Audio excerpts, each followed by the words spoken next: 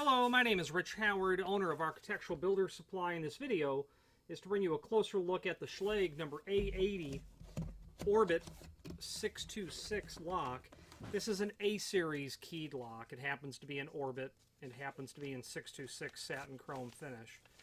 And this video is just to review it and go over the series overview of the A line and talk about its options and what its strengths are, and etc., etc. Let's do a little bit of a review of the item visually first. The A-line lock is something that I've been working with for over a quarter century, and you know, I can't put my finger on it. It doesn't feel like the same lock that it used to feel. It doesn't feel, you know, when I first saw an A80 Orbit, it would have been 1990. It doesn't feel like it's as heavy as it was, and I'm sure that's because it's not.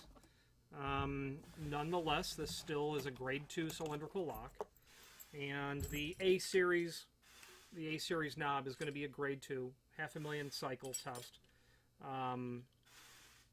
cylindrical.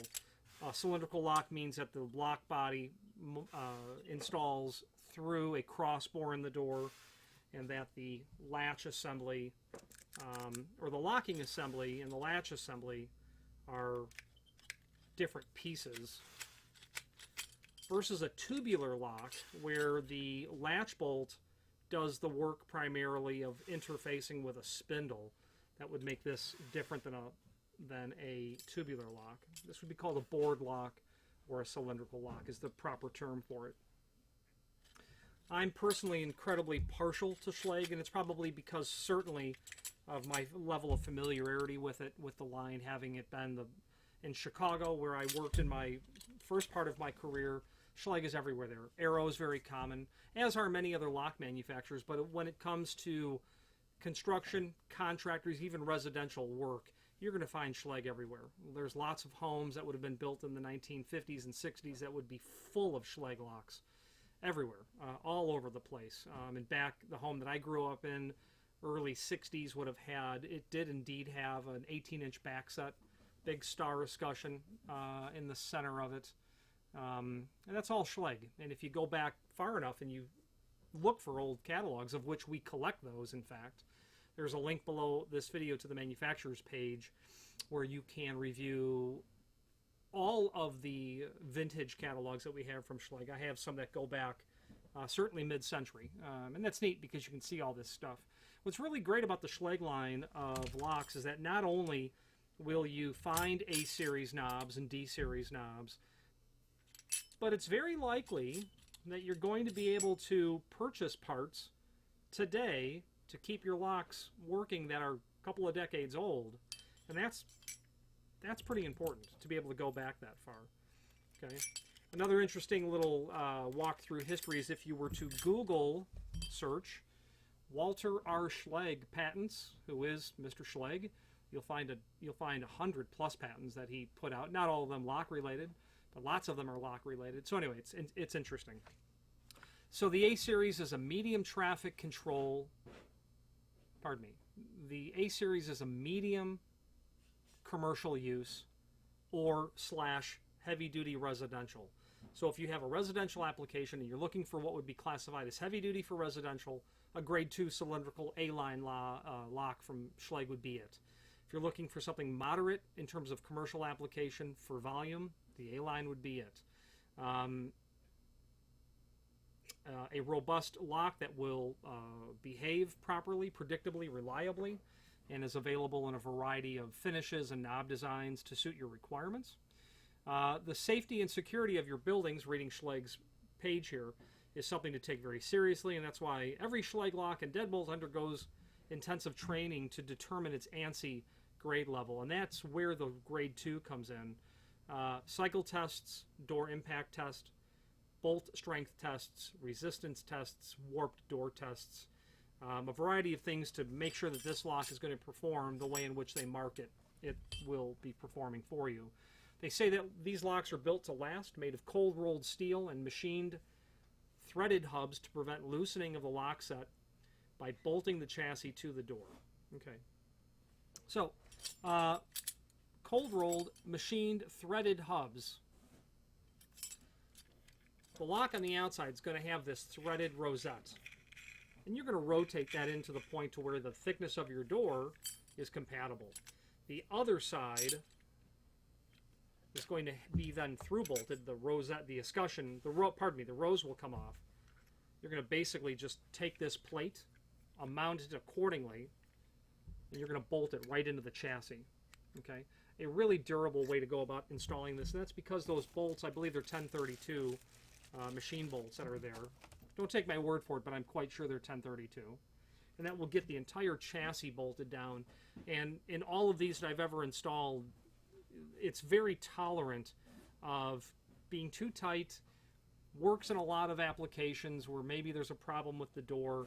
It's a very forgiving, resilient lock that you'll probably enjoy without even knowing that you enjoy installing it.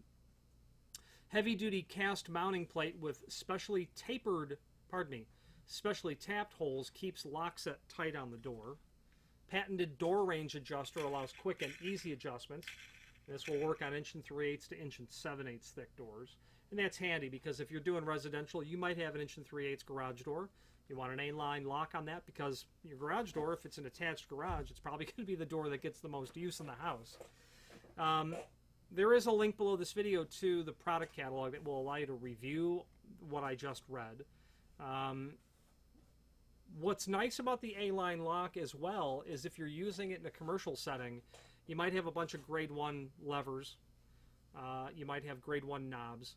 You can, or in a hospital. There's a hospital in the northwest suburbs of Chicago that is full of D-series knobs, or at least it was. That certainly would have been from the 1950s and 60s. Well, you can't get those locks anymore, and if you were to buy a grade 1 D-series, that lock would be a few $100s. Well, let's say that you've got a janitor's closet that is literally touched 3 times a day. You know, you don't need to spend that much money, in my opinion, on that door. Put in an A-line. You know, and it's not handicap compliant, so a knob is probably going to be suitable for the application. The point of all of that is this A-line series is going to take all of your classic obverse keyways, the regular, in this case, Schlage C, or any of the other classic, your E, your CE, your F, your G, your FG, EF keyways, 6-pin key blanks. We'll take their Everest style, their Primus technology, patented restricted keyways as well. So you can roll with a lock that will keep you in your family of restricted protected keyways, but saving you money in terms of being able to equip doors with locking hardware without spending that top-end money that you would otherwise be necessary to spend. 1/2-inch latch bolt preparation. This is UL listed. This is completely reversible. People say, well, why? Well, this lock isn't handed. Well, it's not, but it is. The point of the matter is if you want the teeth up, you're going to need to hand the lock properly. So right now, this lock would be a right hand or a right hand reverse because the latch bolt is coming, let's just say from your perspective, okay, it's going to swing out this way.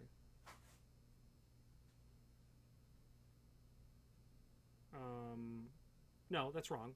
It'd be a right hand from the way that I have it installed. It'd be a right hand. Lock's going to come in toward me, then close with this latch bolt. If I flipped it around, now we're dealing with a right hand reverse. Okay.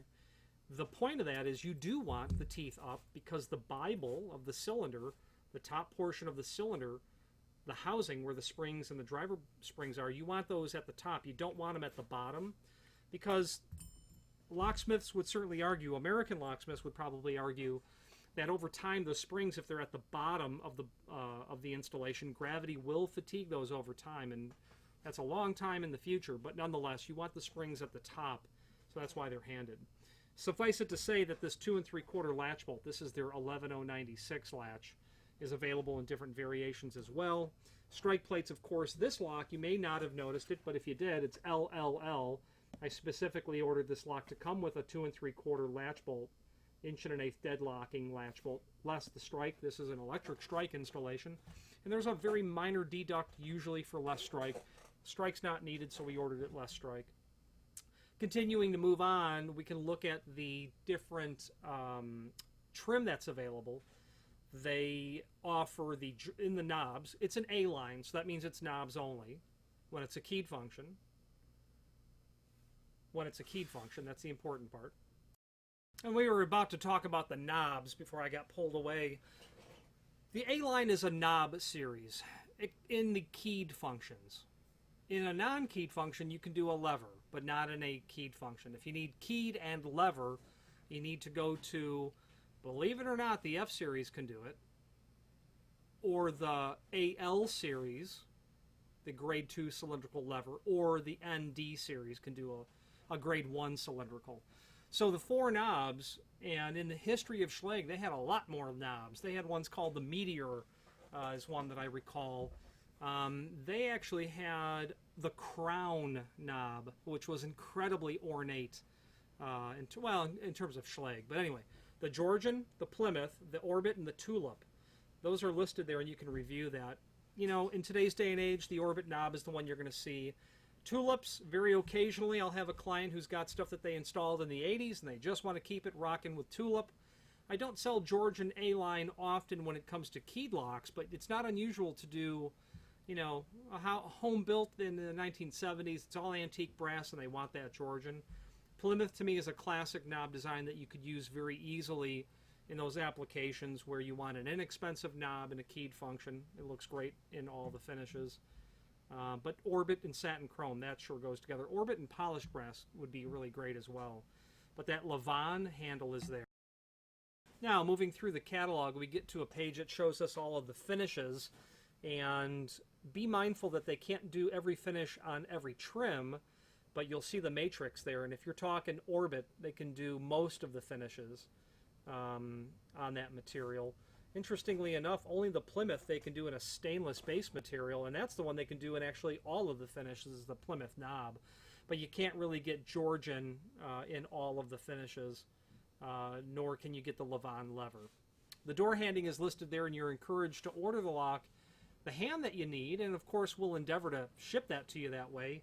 The factory may not. They may just, well, no, the factory will ship you the proper hand, but it's not impossible that you'll get a lock after you've specified a hand and it's not the right hand. Their logic is that it's easy to reham this, and I'm going to go over that in this video. In terms of ADA compliant, Schlage's statement is that they most absolutely offer hardware that is completely compatible with the A117.1 Ansi standard for federal requirement as it pertains to handicap compliance. Then that catalog moves into their functions. And the function chart is handy for you to review because it will allow you to understand the functions that they make available. The Schlage number is there, but then there's the Ansi number. And the Ansi number is important in the if we scroll through the A80, you're going to see this is an Ansi F86. This is a Schlage A80. That doesn't mean you know what it is in Sargent or any other manufacturer. But you can always look at the F86 and then know exactly the proper cross-reference for function universally by all those manufacturers whose products are listed. And that will allow you to, you know, I don't understand what an A80 is by Schlage. I only know Corbin Russwin part numbers, but what's the F86 number? What's the F86 equivalent? Then you'll have it. That's how you do that. The way that the functions are laid out when it comes to describing how they work, I would use a term from the electrified hardware training that I've had called operational description. Basically state how it's supposed to work. And as you read those functions, you'll say to yourself, gosh, that's a very logical, well thought out, well laid out understanding to define completely and thoroughly and without additional information the proper function or describing the accurate function of what's happening with the lock. So, for instance, an A10 is easy. Both knobs always unlocked. You could go on and say more to that if you want. Egress available at all times. Ingress available at all times. It's just easier to say both knobs are always unlocked, period, end of sentence. When you move into a, let's say, a privacy function, push button locking. So it tells you that you can lock it with a push button. That, of course, would be on the inside. Can be opened from the outside with a small screwdriver because it will have an emergency release. Turn inside knob or close door to release the button. So they're basically telling you how to be able to unlock it. And on a 40 function, on an A40, you can just turn the inside knob and it will pop the button out. Or when you push the door closed, the very act of the lever, the very act of the latch bolt depressing will pop that knob out, which means you can't pull a prank on your friends. You open the bathroom door, you push the button, pull the door closed, it stays locked. That's the Schlage A line will not work that way. The A80 that we're talking about is very simple. The outside knob is always fixed. It's always locked. Period. End of sentence. Entry is by key only. You always need the key. You cannot enter without the key when the door's in the closed position. The inside, always unlocked. You can always exit with a storeroom function. Where will you use this? Janitor closet doors, where when that door is closed, you want it locked. Period. End of sentence. You might use it on a common area door, meaning you could have the common entrance of a 3-flat home leading up to stairs where there is an electric strike on the gate and there's expanded metal on the gate structure preventing me from reaching in and manipulating the inside knob. You want that to be a storeroom function. I know it as a vestibule function as well, but I'm not comfortable that the word vestibule applies appropriately to this, unless it's the... I'm not convinced the vestibule function is the right name for that. But an 80 function, a storeroom function, means every time the gate's closed, you want it locked. You don't want the public just coming in. You've got key control over it in case there's a power outage. You've got intercom control over it to the electric strike that you can buzz someone in. So that's the appropriate function for that. Anytime you want a door locked and closed, you might have a teacher's closet in a classroom. Yeah, you're going to want that locked at all times.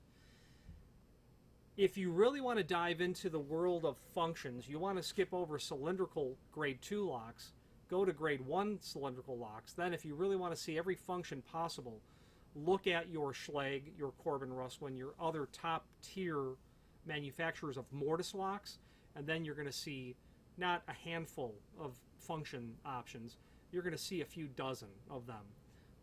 So if you really want to dive into the world of what lock functions there are, and it's continually evolving so as to account for the evolving society that we live in, active school shooter scenarios has certainly forced the evolution of additional functions as well. Now moving further into the catalog, it gets into the cylinders and key systems, and as I had mentioned earlier, you can run every keyway through their system that you simply need. In those events where you need something standard, you don't even care, you're not even aware that there's other options, or all the way to, I've got an Everest 29 system, I've got level this, this, and this, and it's got to run through that key with that physical lock set. Moving forward, you're going to see the options for keyways that are there, or pardon me, for cylinders. This is going to ship with just your standard 21-002 cylinder, which is a 6-pin conventional standard keyway. You'll notice that there's an orbit version and then other designs, and the reason for that is because simply that the Schlage Orbit is a knob that is a longer knob, so they simply need a longer tailpiece. And let's get into taking that lock apart. And when you order a Schlage lock, or if you were to order a cylinder, you do have to tell them what kind of tailpiece you want on the back of the cylinder, and that's where the other or the orbit design comes in, because it simply requires a longer tailpiece because the projection of the knob is greater than a Plymouth, which will be a shorter knob. The Primus high security. The UL437 is a reference to durability when it comes to attack. And then your hotel function. The hotel function takes a specialized cylinder. I don't really see these today hardly ever because it's all electronic combination locks, but a hotel function cylinder permits a visual understanding from the hull side of whether or not that is a locked or unlocked cylinder. The catalog goes on to talk about full-size interchangeable cores. Yes, you can order interchangeable core to pass through this. You're going to be restricted to the orbit design only, and it's a modified orbit knob where they're going to flatten the face of that off to fit that cylinder in flush. You can convert existing conventional core locks to interchangeable core. Before I take the knob apart, the lock apart, the different latches are listed further in the catalog. This was an 11096, which tells you that it is a 1-inch housing, that it is a it's obviously 2 1/4 tall, but it's 1 1/8 wide, and that it's square corner. So you might be doing a job where you're doing hollow metal doors and frames. This is going to be the right latch because you want 1 1/8 square corner. You might be doing residential doors with radiused corners and a spring latch, so you're going to want to look at the 11069. 1-inch wide, 2 3/8 back set, radiused, 1/4 inch radiused corners. Speaking of back set, I think I just said this is a 2 3/4 latch bolt. It is. It's a 2 3/4 back set. Nowhere on here are you going to measure 2 3/4. Nowhere. This is not 2 3/4 anywhere on the tape measure. The dimension of back set is measured from the edge of the door to the center of your crossbore. Okay, and to be more technical about it, it is also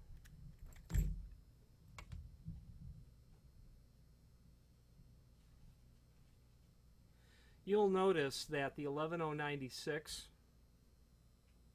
has the ability to conform itself to a beveled edge. I'm just literally taking this and stressing it. The back set is defined from the center. If this was 1 3/4, from the center of 1 3/4 to the center line of the crossbore. And what that means is if you have a beveled door, if you measured on the pull side of the door versus the push side of the door, you'll get neither dimension at 2 3/4 if you measure to the center of the hole. One's going to be a little bigger, the other will be a little bit smaller, because that's measured from the center of a beveled door in the thickness. So if it's an 1 3/4 door, if you came in 7/8 and then in your mind's eye went from the thickness of the door to 2 3/4, that will be the proper back set. That's important to know when you're drilling holes for deadbolts. Don't just whack 2 3/4 on the pull side of the door and then drill halfway through and then go to the other side of the door and put 2 3/4 and then drill. Your hole's going to be off. Maybe not the end of the world, but it'll be off. Be mindful of that you need to compensate for the bevel of the door, which is defined as 1/8 inch in 2. So for every 2 inches in thickness, that's 1/8 of an inch difference. So you're not quite 1/8 of an inch at an 1 3/4 door, but you're awfully close. There is a reference to the 5-inch extension that's there. Important thing to know about that is the link is not 5-inch. When you add the link to, and this is the important part, a 2 3/8 latch bolt, you will get 5-inch. If you add it to a 2 3/4 latch bolt, you'll sure get a longer back set. It's just going to be 5 3/8 back set, so be mindful of that. I have a customer actually who buys 5-inch extensions with the 2 3/4 11096s because they are literally doing a back set that's 5 3/8. They're literally doing one longer. You could also take those 5-inch extension links, and I mentioned having the back set in the early part of this video at 18-inch in the middle of the door. Guess what was in that door when we pulled it out? A series of links all put together. Not that that's a healthy way to install stuff, but that's how it was done. The next page will talk about the different strike plates. Suffice it to say, you can get this with any type of strike that you need, including a full lip strike, a T-strike, an Ansi 4 7/8 strike. You can do a circular strike as well. They can supply you with material to do a rabbited door installation, and that's if you have two doors that are notched together. You do need to finish that hardware off so that it elegantly looks correct. You will bump into rabbited doors occasionally, and you'll see that hardware that's there. Then it gets into the last two pages of specifications that will give you an overview of basically everything we just discussed. It's grade 2 certifications. UL and ULC listed, an overview of the door preparation, although that's an incomplete, that's a incomplete drawing in the sense it only shows 2 3/8. Then ordering guidelines. And every manufacturer, and if you're new to the hardware industry, always go to the matrix, the table by which to order, how to order. And there are certain manufacturers that are way better than others in terms of doing that. But they all work the same way. Some of them are not so great because they don't really list all of the options. There are other manufacturers who give it to you so superbly where all you really need to do is look at that matrix by which to order and you'll be able to determine everything.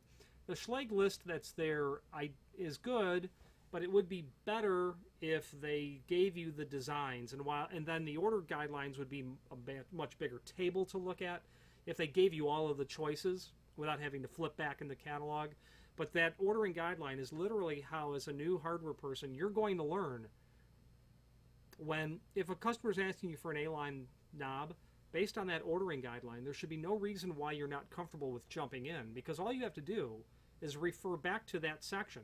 What strike does the guy want? Okay, go back to the strikes, pick from here. That's all it is. Every manufacturer is the same. Some are better than others. But this allows you to do that.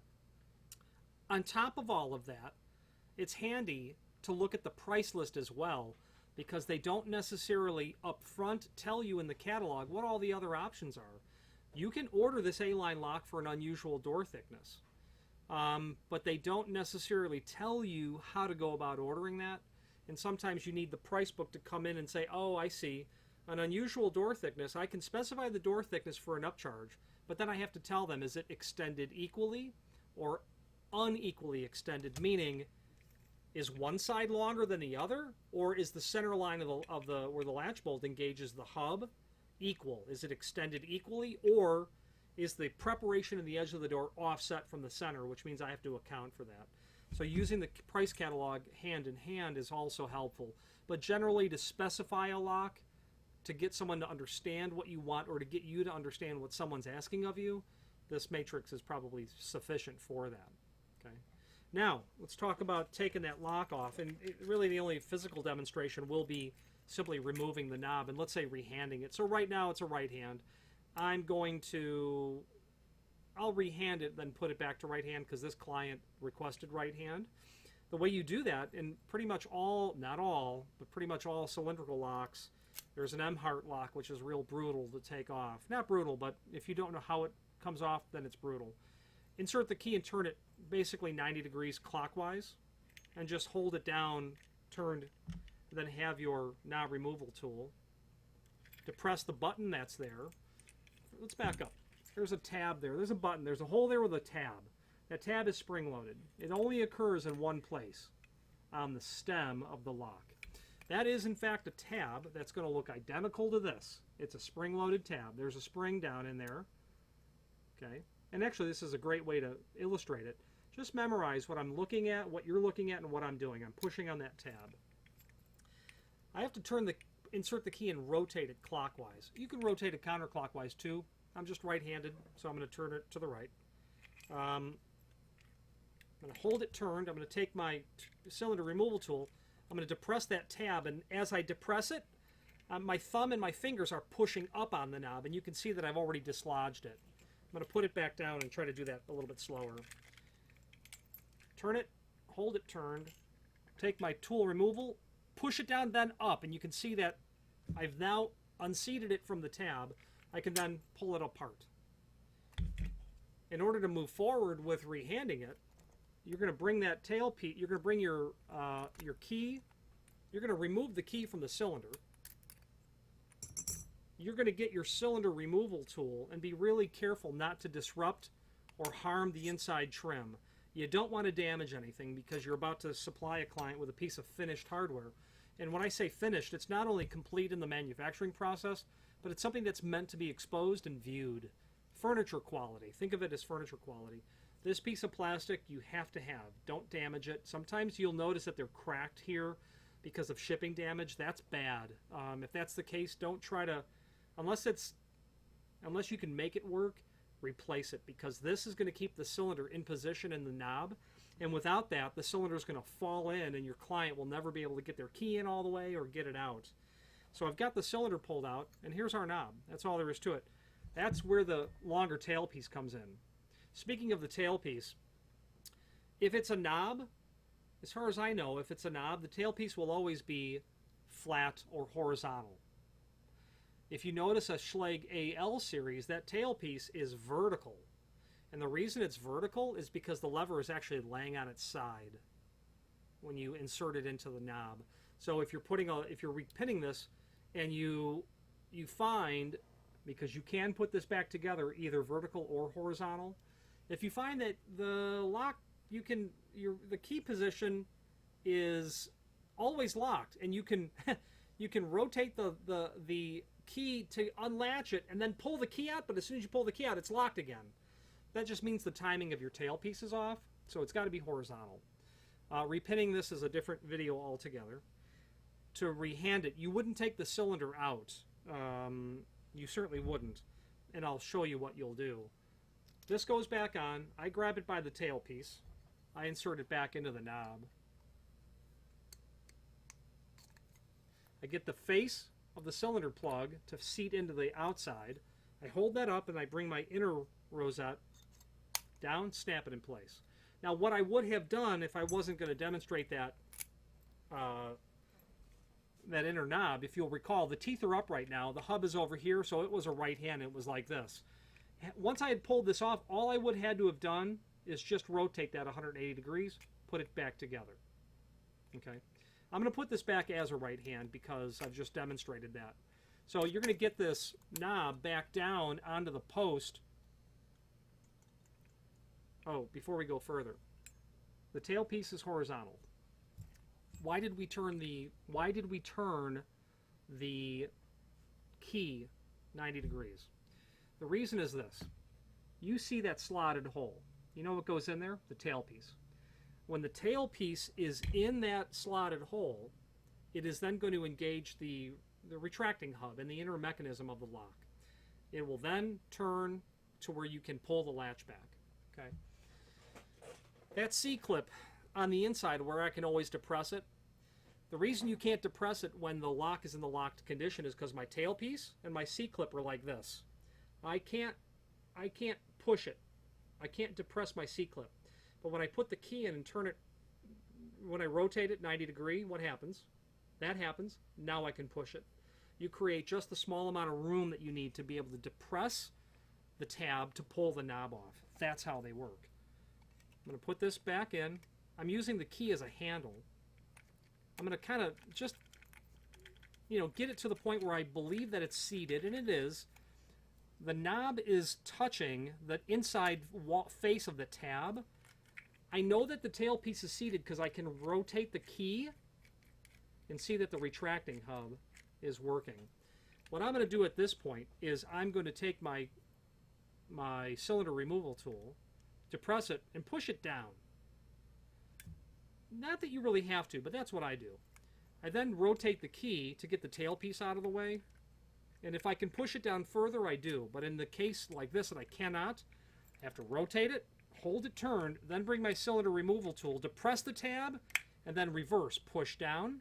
At that point, it'll seat, get over the spring-loaded tab, push down. You may have heard it lock. It just clicked again. And then absolutely, before you're done, pull on it, tug on it. I did a job for a client one time, Friday, got there about 3 o'clock. Took too long, only because there were like 20 locks. 4:45 rolls around, and I'm done. I'm leaving. I did the last door. Sayonara. Have a great weekend. Thank you for calling, that kind of stuff. Got a half an hour away, which was like in Chicago traffic, about 1.5 miles. Hey, Rich, the knob came off in my hand. What I didn't do was seat it all the way down. I didn't test it. I didn't pull on it to make sure, so don't do what I did. I put this back as a right hand. Super simple lock to install. I would strongly urge you to consider A-line locks, and I believe, and while they are expensive, they are, the advantage of the cost is that you can rebuild them versus buying something else that you can't get access to parts. backed by a company who is synonymous with incredibly high quality locks. I would encourage you to consider what the cost of ownership is. If you've got a lock that's going to be 20 years old and you want to be able to buy a cylinder for it, it's awfully nice to be able to have access to that. The installation instructions are here, and the majority of everything, we've detailed the parts that are here. There's going to be a link below this video to the installation instructions. And really, the majority of all of the installation instructions are prepping the door, which are a different video. And if you want help prepping the door, contact us. And then, of course, the final handing of the cylinder that we just demonstrated. Okay, you'll be able to review that stuff and contact us if you have any questions on Schlage A-line locks. Finally, there's a link below this video to the manufacturer's page where you can pull up not only all the Schlage products that we sell, the link to the manufacturer's website, as well as a link to several encyclopedic documents, including those vintage catalogs, and then a link to the product catalog and price list as well. Maybe not the price list, but the product catalog is there as well. Any questions on the A80 or any A-series Schlage lock? Regardless of how you pronounce Schlage, Schlage, Schlage, Schlegel, we'll be able to help you. Thank you.